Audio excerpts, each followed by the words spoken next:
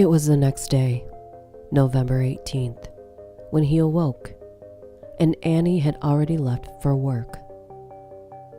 Clyde went about researching the procedure for claiming disability and filed for it once everything had been completed. Shortly after, Annie had returned home from work, and the phone in the kitchen began to ring. "Hello," Clyde replied upon picking it up off the receiver. "Hi, is this Clyde Berman?" spoke a perky female voice. "Yes." "I'm Sarah, and I'm with Virginia's Disability Determination Services, and I was just calling to inform you that you do not meet the requirements for disability.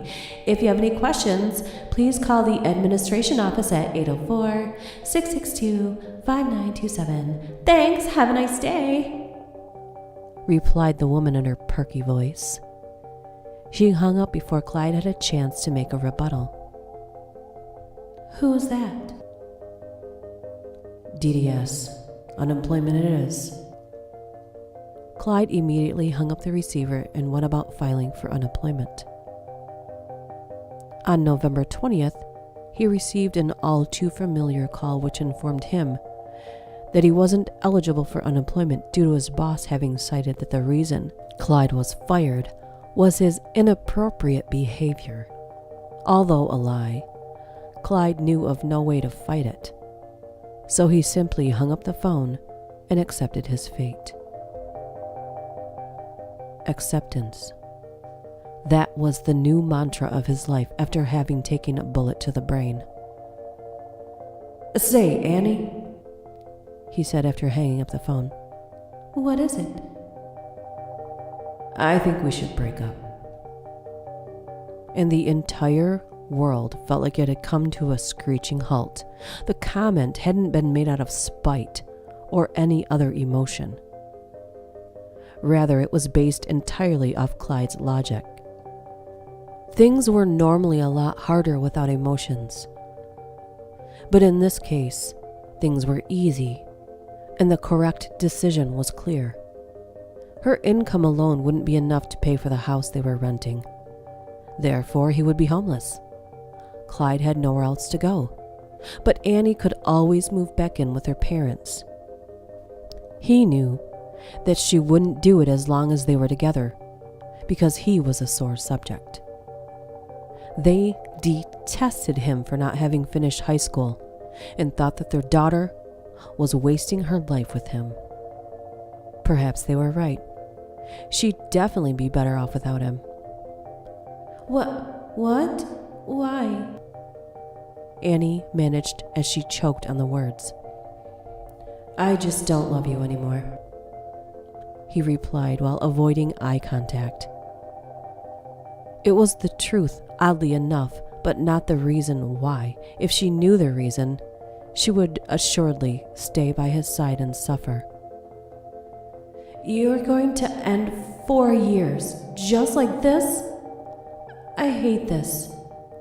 You've turned into a machine." Tears streamed down the poor woman's face as she headed for the door. Clyde opened the front door and held it for her. "Thanks for all the good times, Annie. I mean it," he said in his unnaturally monotone voice as he watched her walk out of his life. A few hours passed as he replayed everything inside his mind that had occurred since being shot, and eventually nightfall came. Not only did the darkness outside arrive, but a darkness of sorts arrived inside his mind, as well an interesting train of thought. This situation is Ralph's fault. Had he not lied or fired me to begin with, I'd still be with Annie, and wouldn't be about to lose my only place to live. What he did was wrong, and I should punish him for it. He deserves it. I always wondered what killing was like, and it isn't like I ever had a reason to do so. Besides, my emotions would have prevented it. I should kill him. I don't have anything to lose if I get caught. I'd just end up with free meals and a place to stay. And besides, maybe, just maybe, killing will trigger some emotion in me. There's nothing to lose and everything to be gained. Clyde went to his closet, grabbed the backpack that he used to carry groceries home in, and then proceeded to stuff an extra set of clothes, trash bags, a pry bar, and a butcher's knife inside it before heading out the door. Clyde's watch informed him that it was 2 a.m. when he arrived at Ralph's house. His eyes darted around, absorbing the features of the house. Despite having seen it in pictures before due to Ralph's insistence, the block-shaped 2-story house with red trim and white siding stood before him, with all of its doors and windows locked, as if it were some sort of guardian. The biggest thing of note was the fact that the lights were off, which meant that McMahon was probably upstairs asleep. The Pontiac in the driveway helped lend credit to this theory.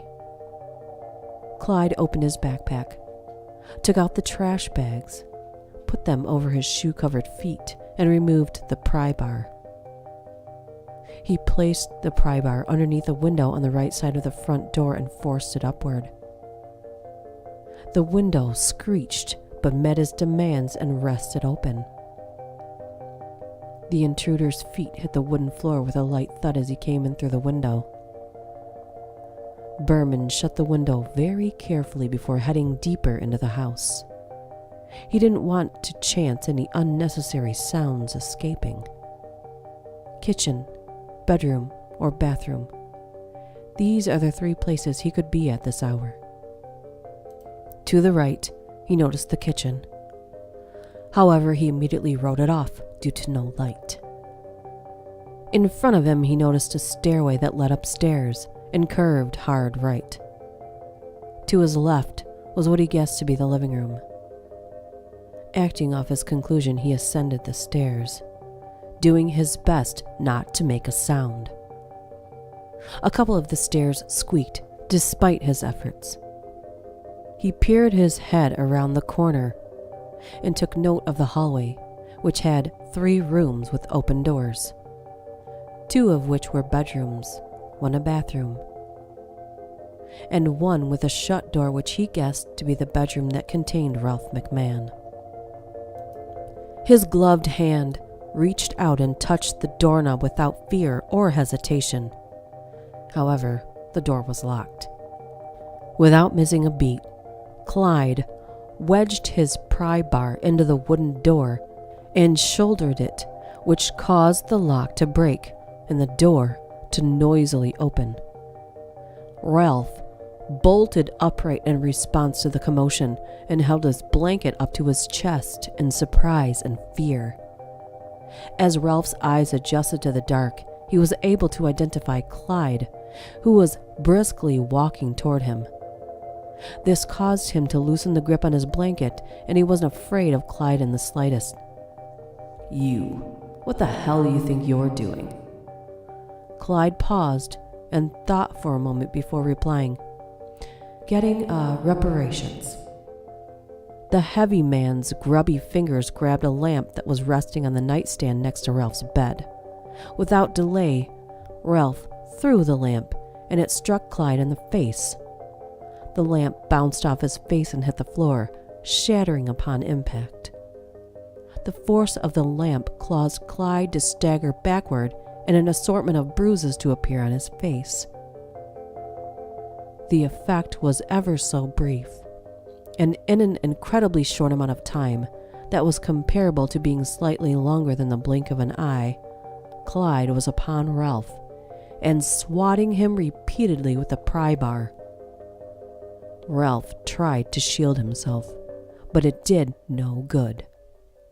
Cuts and bruises formed on his meaty arms, and the beating continued until Clyde heard a crunch, which had somehow managed to make itself audible over Ralph's terrified and pained screams. The crunching sound was a bone or few in Ralph's left arm. I understand you're angry and I'm sorry. I'll do whatever you want. Please, don't kill me. Ralph sobbed and pleaded during the pause in his beating. I'm not even mad. Blood coated the bed sheets, wall, and floor near the bed. Ralph McMahon's face could best be described as a freshly squeezed orange, for the pulp of his face was everywhere. It would be quite the challenge for one to identify Ralph's corpse based upon looking at his face alone. The beating had been brutal and severe, but had lacked any emotion. It had simply went on for the duration that it did, and reached the extent that it did due to Clyde not being sure when to stop. Well, that didn't work. I still feel nothing. I should feel surprised, if anything. I never would have imagined killing someone with a pry bar. Clyde stepped into the bathroom and changed into his spare set of clothes. He placed the original set into a spare trash bag that he had brought along, which he in turn stuffed into his backpack. He did the same with his pry bar. The freshly made killer turned on the oven and shoved his bloody clothes inside before he exited the house the same way in which he had entered, and removed the bags from around his shoes when he reached the sidewalk. A quick glance at his watch told him it was now 2:45 a.m. He figured he had spent 20 to 30 minutes beating a guy to death. An unintentionally drawn-out death indeed.